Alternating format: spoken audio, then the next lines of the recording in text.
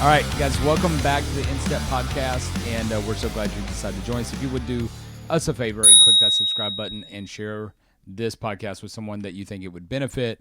We've got Mackenzie and we have Margaret back with us, your second time, Margaret, and so that's good. And today we're going to talk about faith and mental health for young believers, and certainly I don't know if it's a new challenge, but it's just more prevalent these days.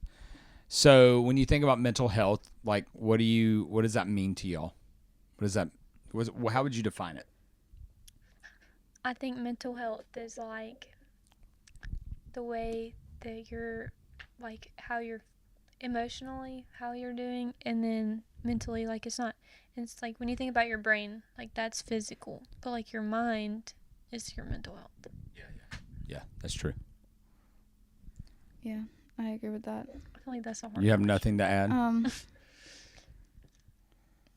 No. I feel like it's hard to define. It is like, hard it's to not define it that- because it means so many different things to so many people. But like, I agree with what she said. Yeah. Why do you think it's overlooked in Christian circles a lot? You want to say?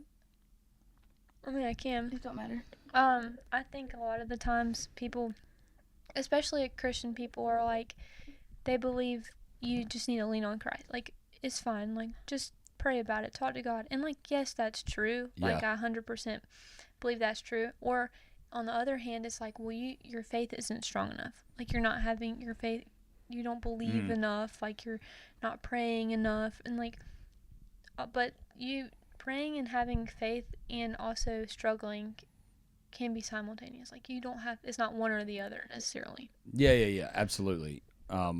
Because you have a mental health problem doesn't mean that you lack faith, or because you're struggling with a mental health problem doesn't mean that you're lacking faith. I don't think Right? so. Yeah, no.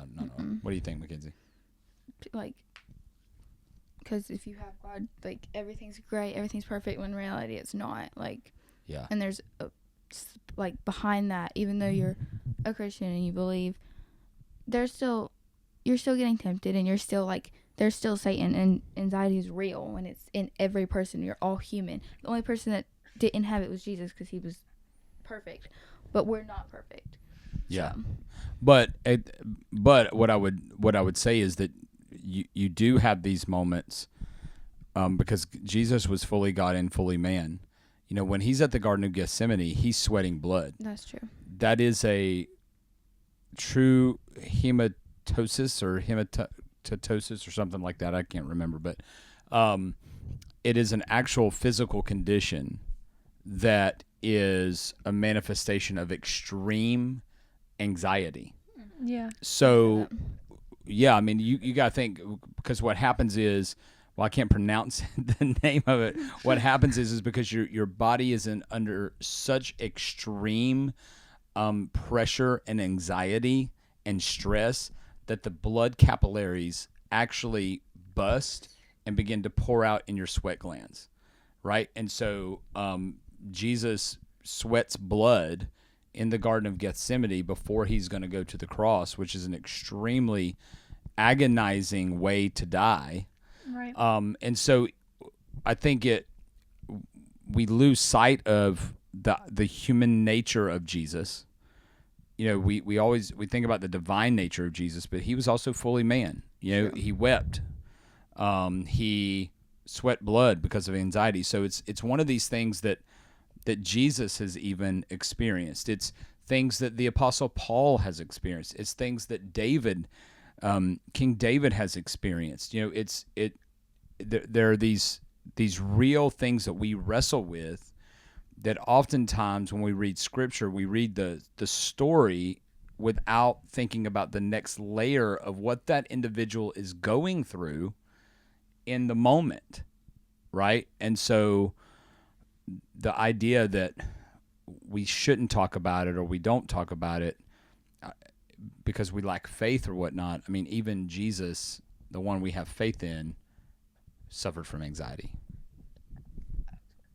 I think also, like, that's, like, all of that is very true. And, like, people, like, God even says, like, you are going to face adversity. Like, the devil is very much real. Like, there is there's illness and there's sickness, and like it's going to happen. Like a sickness of your mind is the same as the sickness of your body. Like Yeah. there's like sleep paralysis demons. Like there are real is very real, and when it gets overlooked, people feel like they have to hide it, Mm-hmm. and it doesn't. You can't. It's harder to work through things like that. Yeah, I mean, even as a pastor, I mean, I've had sleepless nights. I've had seasons of anxiety, burnout. Yeah.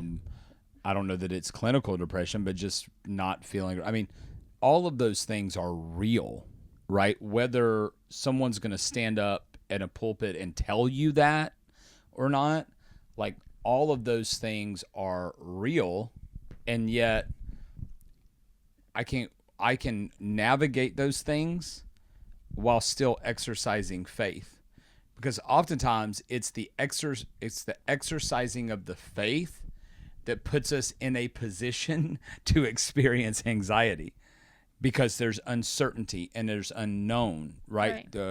What's going to happen next? Is this thing going to, right? It's, oh man, what a step of faith to plant a church. Yes, it's a step of faith to plant a church. Are we going to have enough people? How are we going to get tithes? Am I going to need to get a second or a third job? Like all those things are, how are we putting food on the table for the 3 kids, you know, and my wife? I mean, all of those things, are we going to lose the house? I mean, all of those things are, yes, you exercise faith, and yet there's some anxious I think. challenges you have to work through too, right? Yeah, I feel like people think like if you have faith, you're not gonna have anxiety, but you can have faith. Yes. But faith or like doubt and anxiety can be different. Like you can have faith in God, like full trust, and still be anxious because of change. Mhm. Like you can have faith that it's gonna work, and you can like trust in the Lord and know that like He will get you to the next step. But it can still be scary because you don't know what that next step is. That's right. That's like where your anxiety can stem from, Or when you're going to take that next step. or how it's gonna happen. That's right. So yeah, those are absolutely challenges and things, and I think that when we approach faith, or when we approach our relationship with Jesus from that perspective, what it should do is open up the conversation to be able to have these conversations about mental health, and it not be so off-putting in the Christian circles, right? So when you think about like young people today, what are some of the biggest mental health challenges you guys are facing? Like anxiety, depression. So And all right, so what is what are some of the drivers of those things, of anxiety and depression? school. I think, like school. I think both school in the way that it's you feel this pressure to be on top. Like your parents put. Yes. I'm not saying it's the parents' It's not fault. the parents' fault. It's not your parents' fault at all. It's just like We should just blame them though. An no. expectation. Yes, exactly. There's an expectation, and sometimes people don't like. Sometimes your best is a C. Sometimes your best is like and so parents are like, you have to make B's, but like Sometimes you can only sometimes make you a C. can't. Especially at our school, like now they put people in honors classes that are supposed to be in not honors in CP. So it's like I'm in an honors English and I'm in a CP math, but I need to be in English CP. I almost failed English last year. What's It is CP so mean? hard. Like general, it's just the Okay, general just class. general English So class. it's like I made a 50 on that final and a 40 on the midterm in English because I need to be in the lower class. But it's like my parents they didn't get too mad about that because like they saw me trying. But if they don't see me trying, even though I am, which makes sense, like I can try, and then I put in about 5 hours of work and still made a C. Yeah. But like in English, that's just how I am. But in math, I can make a 90 after like not even studying. So it's like that expectation of where you are. Yeah. So you got pressure from school. What other Like friendships, I Pressure. think, because like you have so it's the same as with being a Christian is like you feel like you need to find other Christian friends, which is absolutely important. Like I 100% believe in that. But also like if you're on play sports, or if you're in a club, like you can't control everything. what everybody else, how they believe. Yeah. And so sometimes it can be stressful because you're trying to make friends with people outside of your religion, like what you believe, but you don't want to change how you feel or like what you believe in Yeah. in order to be friends with these people. Or like people around you are doing things like, I know I shouldn't do this, but like I don't want to be alone. Like That's I don't right. want to I don't want to eat lunch by myself. So maybe if I just like do this one time, like they'll be friends with me. Yeah. That's right. Do world events trigger any anxiety for you guys? Or is it more like grades, friends, difficult decisions? Not. It's more of like I wouldn't say like world events, just because like I don't pay attention that much like to it all that much. Yeah. But it's more of just like grades, school, sports. Like, are you doing well in sports? Are Yeah, you, like yeah. am I gonna if I don't want to let this person down, so I've got to work harder, even though it's like can barely do anything else. I have to do even harder. Yeah. And like in just anything like a lot of things like work. Yeah, dating. Dating. I think, honest, like for me, I've now more than when I was younger, like world events do like give me a little bit of like Yep. anxiety because like now I'm getting to like I can vote. I'm 18. Like it's like okay, now I have to start paying attention. Like now I need Yep. to know what's going on and so I think it's not like a key factor in my everyday life of Yep. like But stress. it's getting there. But like yeah, or like you see on the news, like I think I just heard like today that Trump sent these like nuclear submarines or whatever to Russia's like border and like Oh, Yep. nice. and they have until tomorrow to like decide what they're gonna do. We might be in another war. Like Oh gosh. Yeah. that kind of stuff is what stresses like gives me that's right. anxiety because We like don't- I'm about to go to college. Like please don't start a war while I'm not Yeah, that's right. home. Like That's please right. like Yeah.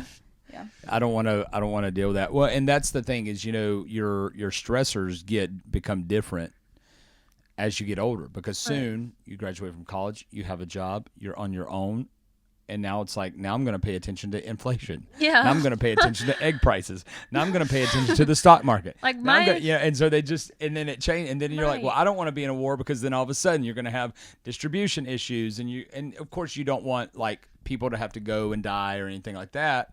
But like then you think about all the consequences of that, and you're just Like, how is this going to Oh my affect God. me every single day? Yeah, Like, that's Everybody just right. get along. yeah, and No, so it's just literally. kind of the stressors change, and Right. then like I know for us, for a long time it was the stressor is are our kids going to sleep through the night? I know that in the next few years the stressor is going to be,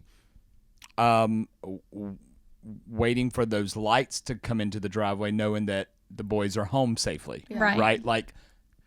are they back by curfew? Yeah, Well- right. Like, and if they're not answering their phone, are they okay? I mean, Yeah, and, like- like all of that kind of stuff. And so, as you, and then as you get older, right? Then all of a sudden, a stressor is your parents, and now all of a sudden you're taking care of your parents. And like today, my mom fell and broke her wrist, and all that kind of stuff, or yesterday. But like in order to take the boys to her house, we have to stop by CVS and get her something and then take it there. And so like all of these things, it's like they never go away. You never don't have something That's right. stressful.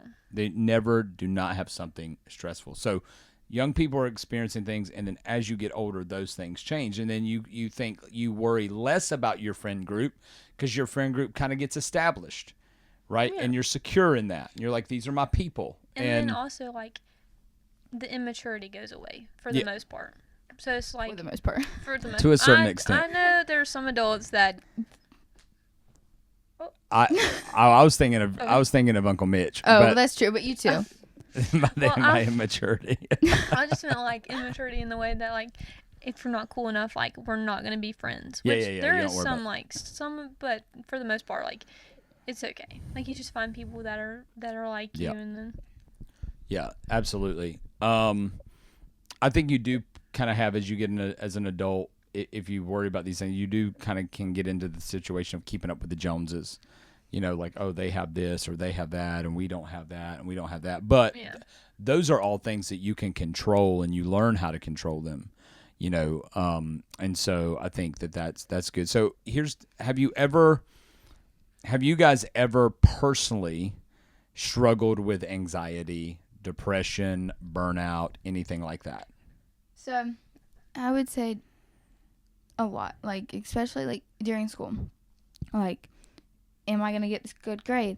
How am I going to do this? And how am I going to get this done? How am I going to go to practice and get homework done and have time to study and clean the house, do laundry, anything I need to do? How am I supposed to get it all done? Do you Yeah. have a specific time, like a story? Oh, I'm intrigued to see how somebody else deals with it. Like, you know what I'm saying?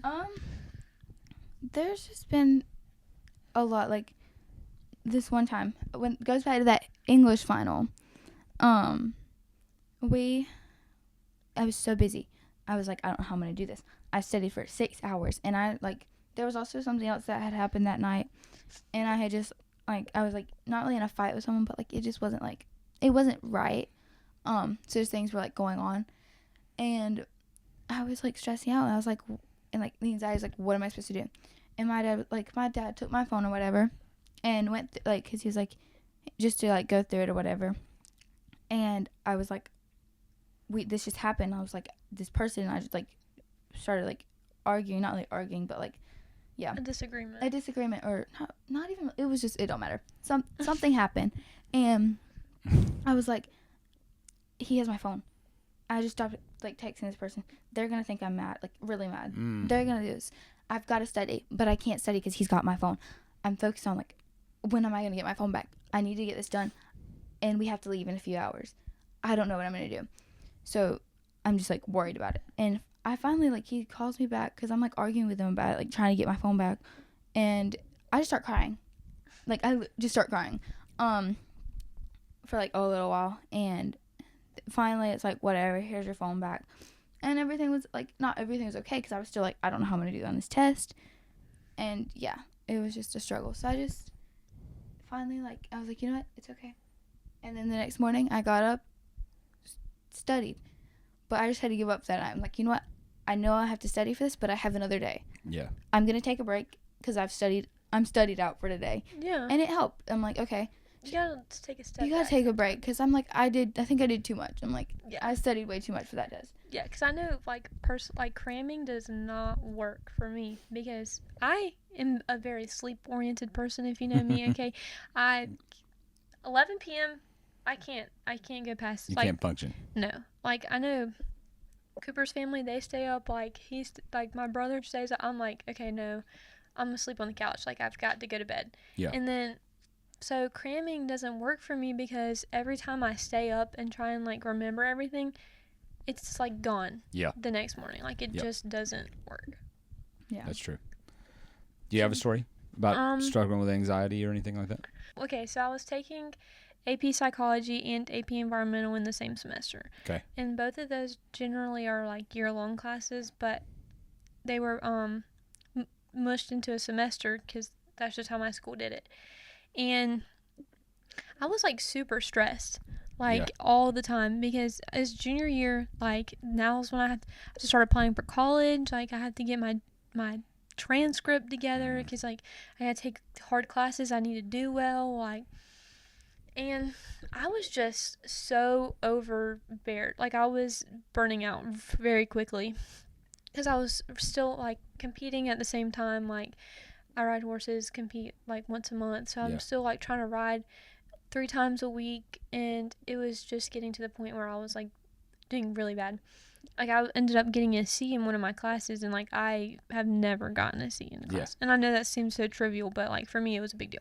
Sure. Yeah. And so, like, eventually I was just, like, talking to my mom. I was like, I'm never taking an AP class ever again. Like, I'm so sick of this. Like, I'm done.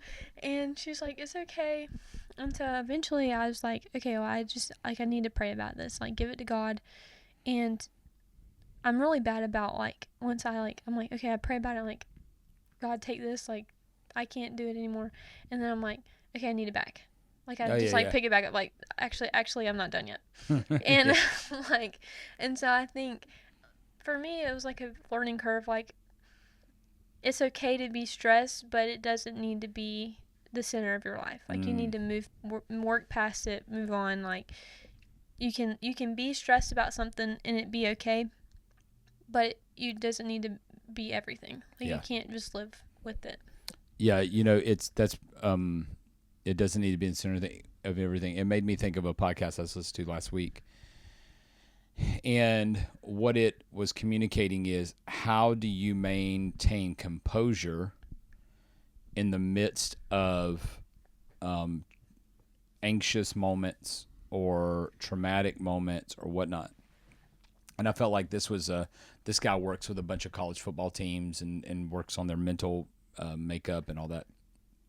And he said, what you want to do is you want to zoom out, not zoom in.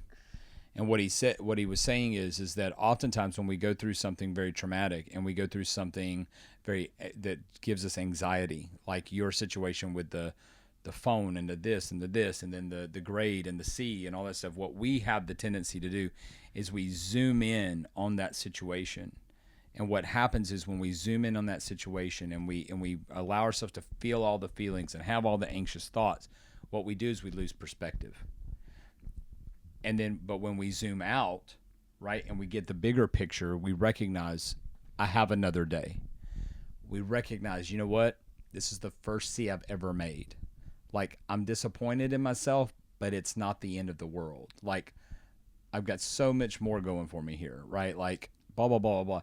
And so it's that idea of, like, in those anxious moments, instead of zooming in and making that the center of our focus, the center of our life, that whatever that situation is, a breakup or whatever, zoom out, gain perspective, and bring your mind back to a balance, right? And kind of get back to, this is the terminology, get back to neutral so that you're not in overdrive, right? So that you can now clearly move forward with some perspective. So I have another story, but it's on the depression side of it. Okay. So this is gonna come up a lot, like in anything. The last relationship I was in, not the best things and everything. Like, it's very unhealthy. So once we ended up having to break up because we had to, like, we weren't allowed to date anymore. I was like, I had been in such a bad spot that I was like, didn't want to go out, didn't want to do anything, was just depressed. I didn't feel like doing anything. So it took a while to, like, get back on track, but it felt so much better. Like, as I was, like, telling my parents, like, and wasn't hiding everything. As I was telling them what had happened, everything that had happened, I just, like, continued to feel like the weight lifted off my chest. I was like, I don't have to hide this anymore. Yeah. And finally, when I had told them everything, it was like, this is so much better. Yeah. Like, I can already see a difference. But Yeah, being in a bad spot can put you in, like, depression, like, put you in a spot of, like, being depressed and everything. But once you tell someone, Yep. like, tell your parents, just, like, not just someone, but, like, tell, especially if you're hiding something from them, it helped a lot. Like, so it was. Yeah, like, I know, like, okay, so, like, if I mean, yeah, like, I talk a lot, okay, it is what it is, but I know, okay. like, when I am super upset about something, or, like, I just have something weighing on me, as soon as I talk to, like, my grandparents, my parents, like, my brother, somebody, anybody that I trust, like, I immediately feel better. Yeah. Because it's able to, like, whenever I, like, just keep it in, it circles and circles and circles and circles. Yep. And, like, you can't ever get past it. But if you have somebody as a sounding board, like, it makes it so much easier. They don't even have to, like, really say anything. And if they do, like, it just is so much better because you can, like, finally get it out and be like, okay, it's really not that big of a deal. Yeah. Like, it really was never that deep. Like, it was never. That's right. Nobody's dying. It's okay.